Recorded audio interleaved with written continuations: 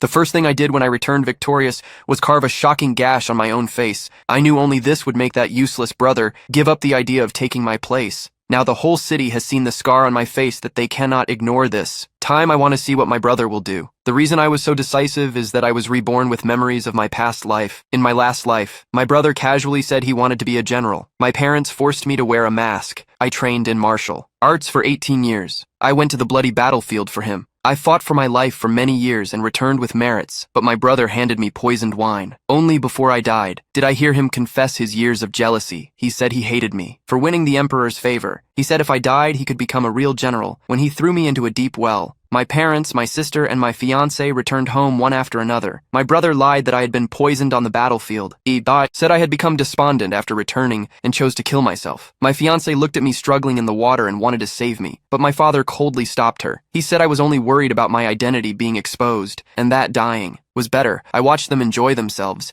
even as my fiancée threw herself into my brother's arms. At that moment, I felt dead inside. I was reborn, consumed by implacable hatred. So the first thing I did was carve a scar on my face when I came back holding my bloody face. No one cared about my safety. My father angrily scolded me for ruining my face. My sister accused me of deliberately implicating my brother. At first, my brother thought it was only a minor wound and planned to hide for a few days. But when he saw the scar and heard I said the people had all seen it, the whole family poured their anger on me, seeing their cold faces. I realized such a family was useless, even if they came. So when my father tried to punish me, I flipped him over with one swing. Then, I turned and left in front of the stunned family. I had already found a place to stay outside. I only wanted to take the little yellow dog that had accompanied me since childhood. No matter where I looked, I could not find it. Then I met my fiancée. She looked flustered and said the dog was in the great hall. I had no sense that anything was wrong. When I pushed the door open, I was shocked to see my little yellow dog that had accompanied me for years on my brother's table as food. He knew I cared, yet he taunted me with a cold laugh and said